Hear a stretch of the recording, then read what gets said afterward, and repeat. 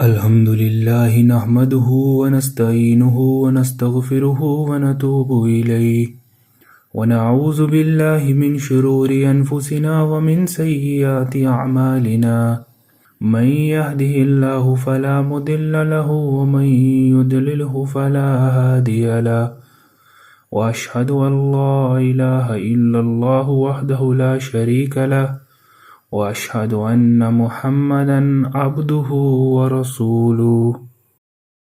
تمام تعریفیں اللہ کے لیے ہیں، ہم اسی کی حمد کرتے ہیں اور اسی سے مدد چاہتے ہیں اور اسی سے مغفرت طلب کرتے ہیں اور اسی کی طرف رجوع کرتے ہیں، اور ہم اپنے نفسوں کی شرارت اور اپنے اعمال کی برائیوں سے اللہ کی پناہ چاہتے ہیں۔ جس کو اللہ ہدایت دے اسے کوئی گمراہ نہیں کر سکتا، اور جس کو وہ گمراہ کرے اس کو کوئی ہدایت دینے والا نہیں۔ اور میں گواہی دیتا ہوں کہ اللہ کے سوا کوئی عبادت کے لائق نہیں، وہ واحد و یکتا ہے، اس کا کوئی شریک نہیں۔ اور میں گواہی دیتا ہوں کہ محمد صلی اللہ علیہ وآلہ وسلم اللہ کے بندے اور اس کے رسول ہیں۔ اے اللہ کے بندو، میں تمہیں اللہ کے تقوی کی وصیت کرتا ہوں اور اس کی اطاعت پر ابھارتا ہوں، اور جو خیر کی بات ہے اس سے شروع کرتا ہوں۔ اما بعد، اے لوگو میری بات غور سے سنو، میں تمہارے سامنے واضح طور پر بیان کرتا ہوں، کیونکہ میرا خیال ہے کہ شاید میں اس سال کے بعد اس میدان عرفات میں تم سے کبھی نہ مل سکوں گا۔ پھر آپ صلی اللہ علیہ وآلہ وسلم نے دریافت فرمایا کہ یہ کون سا مہینہ ہے؟ ہم نے کہا اللہ تعالیٰ اور اس کے رسول صلی اللہ علیہ وآلہ وسلم بہتر جانتے ہیں۔ پھر آپ صلی اللہ علیہ وآلہ وسلم چپ ہو گئے، یہاں تک کہ ہم سمجھے کہ آپ صلی اللہ علیہ وآلہ وسلم اس مہینے کا کچھ اور نام رکھیں گے۔ پھر آپ صلی اللہ علیہ وآلہ وسلم نے فرمایا کہ کیا یہ ذی الحج کا مہینہ نہیں؟ ہم نے عرض کیا جی ہاں، یہ ذی الحج کا مہینہ ہے۔ پھر آپ صلی اللہ علیہ وآلہ وسلم نے دریافت فرمایا کہ یہ کون سا شہر ہے؟ ہم نے عرض کیا کہ اللہ تعالیٰ اور اس کے رسول صلی اللہ علیہ وآلہ وسلم بہتر جانتے ہیں۔ آپ صلی اللہ علیہ وآلہ وسلم پھر خاموش ہو گئے، یہاں تک کہ ہم سمجھے کہ آپ صلی اللہ علیہ وآلہ وسلم اس شہر کا کوئی اور نام رکھیں گے۔ پھر آپ صلی اللہ علیہ وآلہ وسلم نے فرمایا کہ کیا یہ مکہ شہر نہیں ہے؟ ہم نے عرض کیا جی ہاں۔ پھر آپ صلی اللہ علیہ وآلہ وسلم نے فرمایا کہ یہ کون سا دن ہے؟ ہم نے عرض کیا کہ اللہ تعالیٰ اور اس کے رسول صلی اللہ علیہ وآلہ وسلم بہتر جانتے ہیں۔ آپ صلی اللہ علیہ وآلہ وسلم خاموش ہو گئے، یہاں تک کہ ہم سمجھے کہ آپ صلی اللہ علیہ وآلہ وسلم اس دن کا کوئی اور نام رکھیں گے۔ آپ صلی اللہ علیہ وآلہ وسلم نے فرمایا کہ کیا یہ یوم النحر نہیں ہے؟ ہم نے عرض کیا جی یا رسول اللہ صلی اللہ علیہ وآلہ وسلم۔ آپ صلی اللہ علیہ وآلہ وسلم نے فرمایا کہ پس تمہاری جانیں اور تمہارے اموال اور تمہاری عزتیں ایک دوسرے پر اسی طرح حرام ہیں جس طرح یہ دن اس شہر میں اور اس مہینے میں حرام ہے، اور عنقریب تم اپنے پروردگار سے ملو گے اور پھر وہ تم سے تمہارے اعمال کے بارے میں پوچھے گا، پس میرے بعد تم گمراہ نہ ہو جانا کہ ایک دوسرے کی گردنیں مارنے لگو۔ خبردار، جو لوگ حاضر ہیں وہ یہ حکم غائب رہنے والوں کو پہنچا دیں، شاید بعض لوگ جن تک یہ حکم پہنچایا جائے گا اس وقت سننے والوں سے زیادہ یاد رکھنے والے ہوں۔ پھر فرمایا کہ دیکھو کیا میں نے اللہ کا حکم تم تک پہنچا دیا؟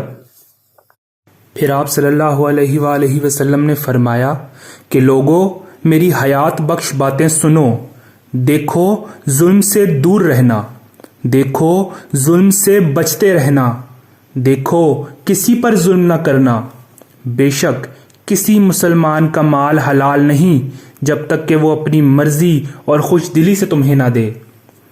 آگاہ ہو جاؤ، بلا شبہ جاہلیت کا ہر خون اور ہر مال اور ہر منصب و عہدہ قیامت تک کے لیے میرے دونوں قدموں کے نیچے پامال ہے، اور وہ پہلا خون جو میں اپنے خونوں میں سے معاف کرتا ہوں وہ ربیع بن حارث بن عبد المطلب کا ہے، جو بنی لیس میں دودھ پیتا تھا، پھر اس کو حذیل نے قتل کر دیا تھا۔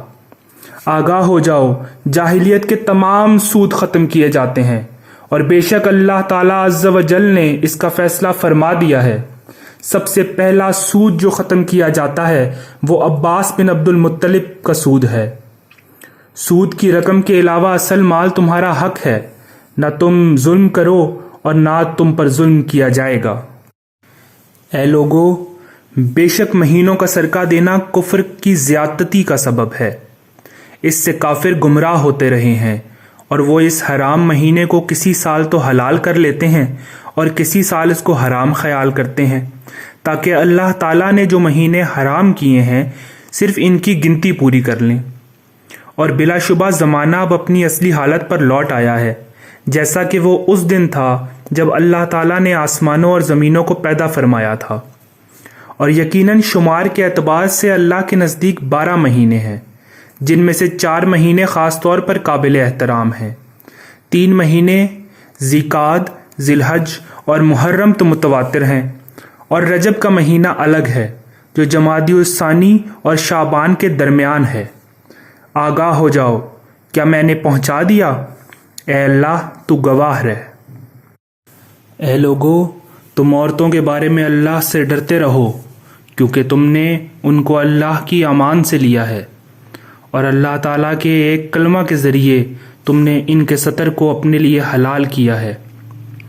آگاہ ہو جاؤ، عورتوں کے ساتھ حسن سلوک کرو، یہ تمہارے زیر تصرف ہیں، تم ان کی کسی چیز کے مالک نہیں سوائے اس کے کہ اگر وہ کسی کھلی فحش حرکت کا ارتکاب کریں تو تم انہیں اپنے بستروں سے الگ کر دو اور ہلکی مار مارو کہ اس سے ہڈی وغیرہ نہ ٹوٹنے پائے۔ پھر اگر وہ تمہاری فرما برداری کریں تو تم ان کے ساتھ زیادتی کرنے کے بہانے تلاش نہ کرو۔ آگاہ ہو جاؤ، جیسے تمہاری عورتوں پر تمہارا حق ہے اسی طرح ان کا بھی تم پر حق ہے۔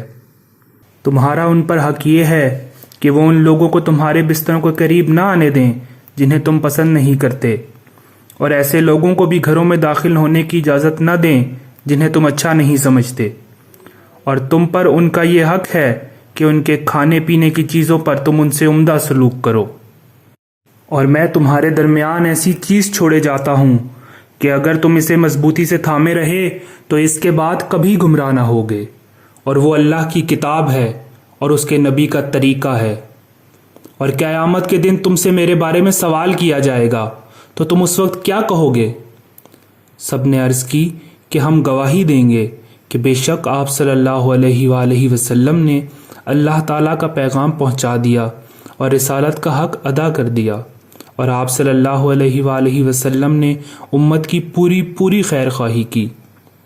پھر آپ صلی اللہ علیہ وآلہ وسلم نے اپنی انگشت شہادت کو اٹھا کر آسمان کی طرف اشارہ کیا اور لوگوں کی طرف جھکایا اور فرمایا، اے اللہ گواہ رہ، اے اللہ گواہ رہ۔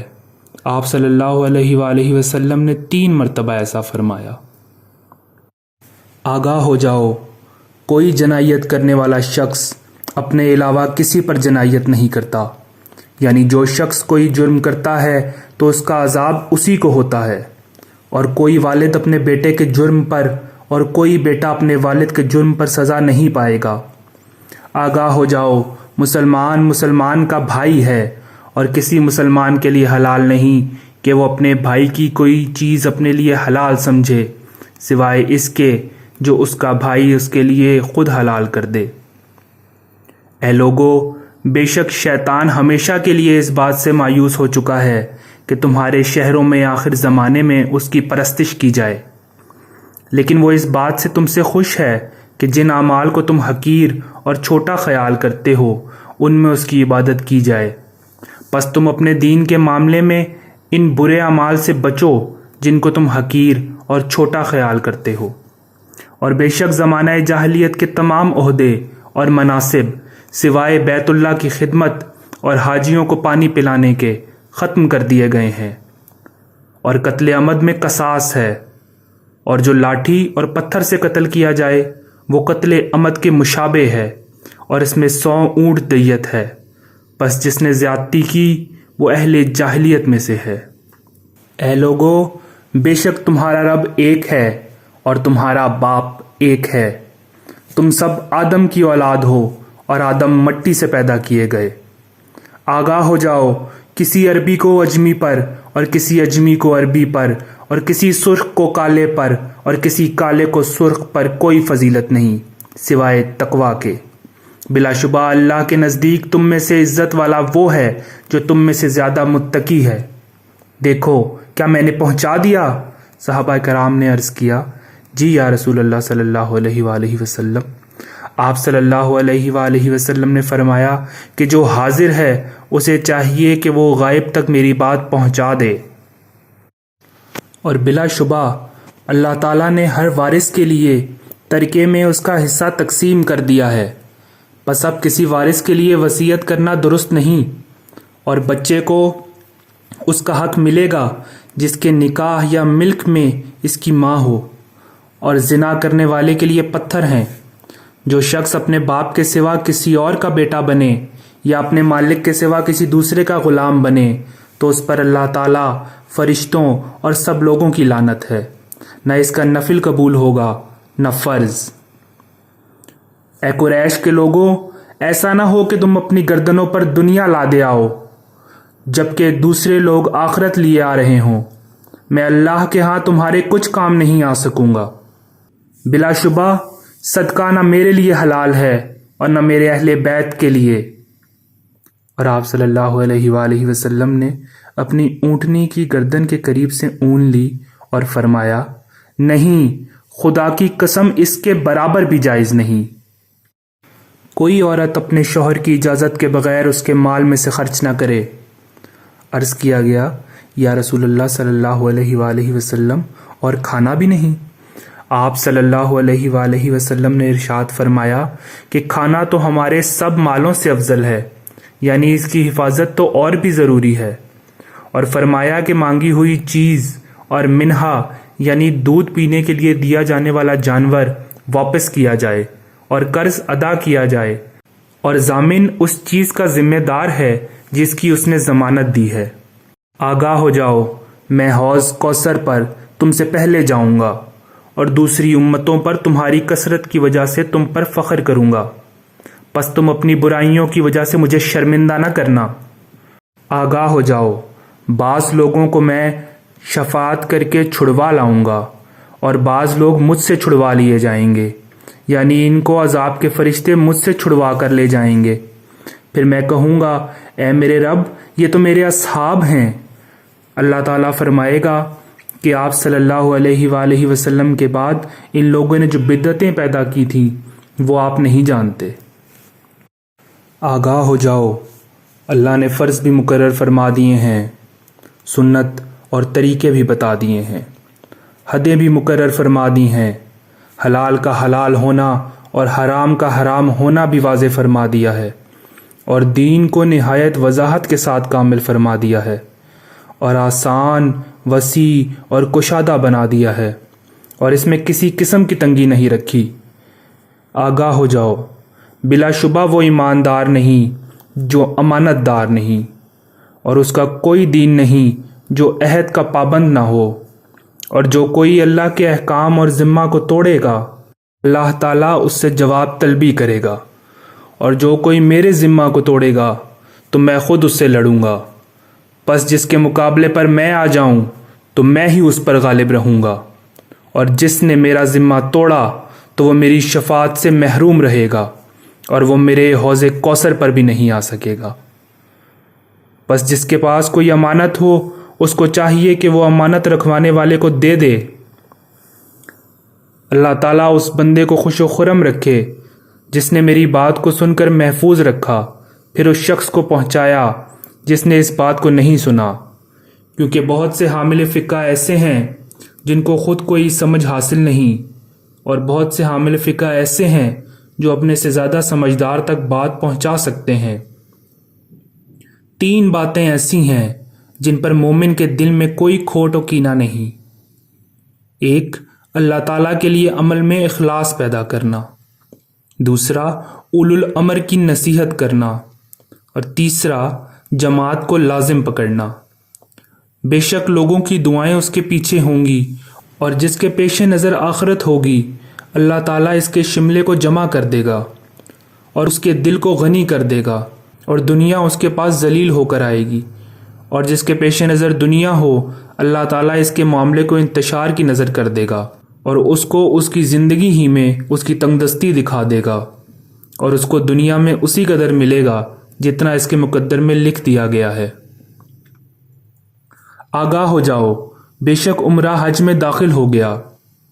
جو بات مجھے اب معلوم ہوئی ہے، اگر پہلے معلوم ہو جاتی تو میں قربانی کے جانور ساتھ نہ لاتا، اور اگر میرے ساتھ قربانی کے جانور نہ ہوتے تو میں احرام کھول دیتا۔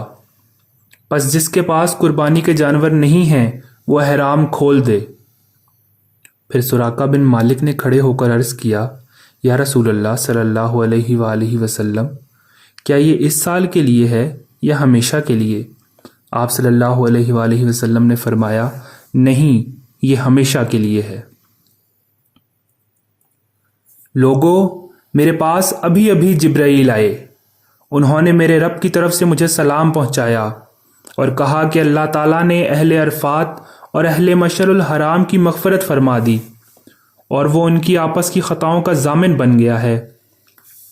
یہ سن کر عمر بن خطاب رضی اللہ تعالیٰ عنہ نے کھڑے ہو کر سوال کیا، یا رسول اللہ صلی اللہ علیہ وآلہ وسلم، کیا یہ فضیلت خاص ہمارے لیے ہے؟ آپ صلی اللہ علیہ وآلہ وسلم نے فرمایا کہ یہ فضیلت تمہارے لیے بھی ہے اور تمہارے بعد قیامت تک آنے والوں کے لیے بھی۔ حضرت عمر بن خطاب رضی اللہ عنہ نے فرمایا کہ اللہ تعالیٰ کا لطف و کرم بہت بڑا اور بہت سارا ہے۔